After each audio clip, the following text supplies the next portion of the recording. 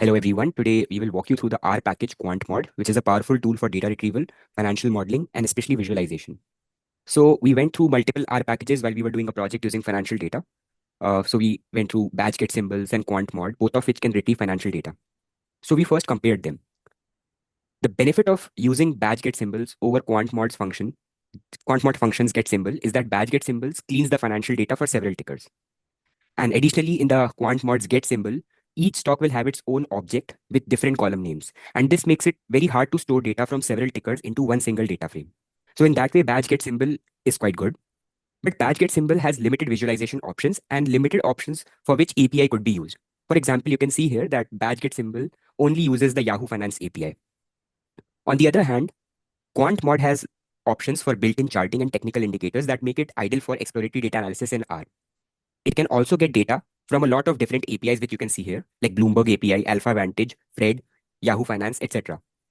So for our use case, we have used the quant mod since we are only comparing two stocks.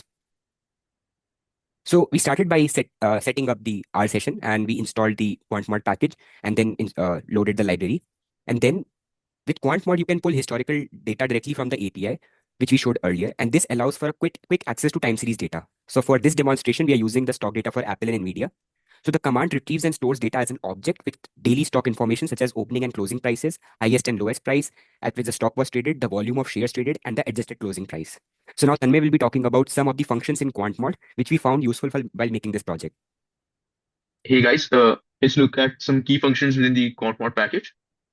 So, firstly, we are using the Quantmod package to create charts of closing prices for these two stocks, Apple and Nvidia. We use the chart series function of the package to plot the price chart of the data set, and we use the subset argument to limit the data range of the stock data which we have.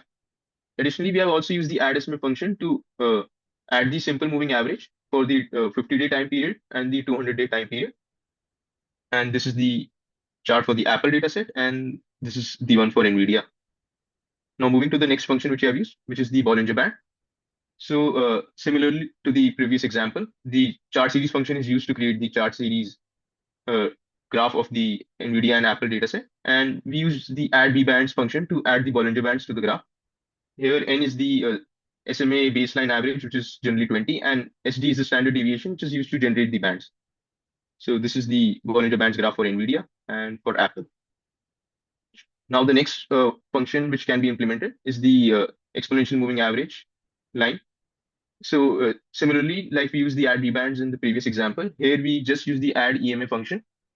This just shows that it is quite easy to use these quant mode functions to generate graphs of different categories.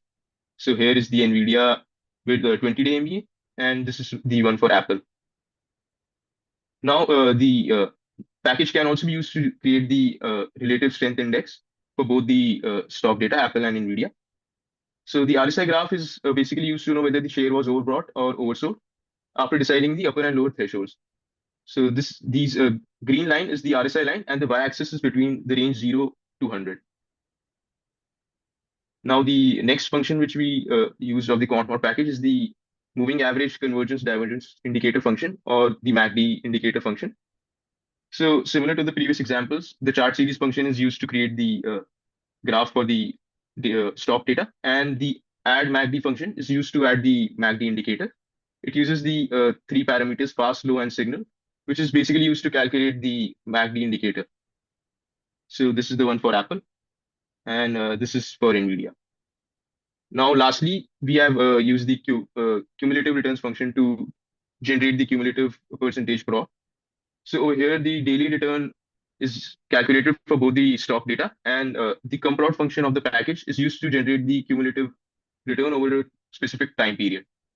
And afterwards, use the plot function to generate a line graph to display the cumulative returns of both the stock data. So this is the one for Apple, and this is for NVIDIA.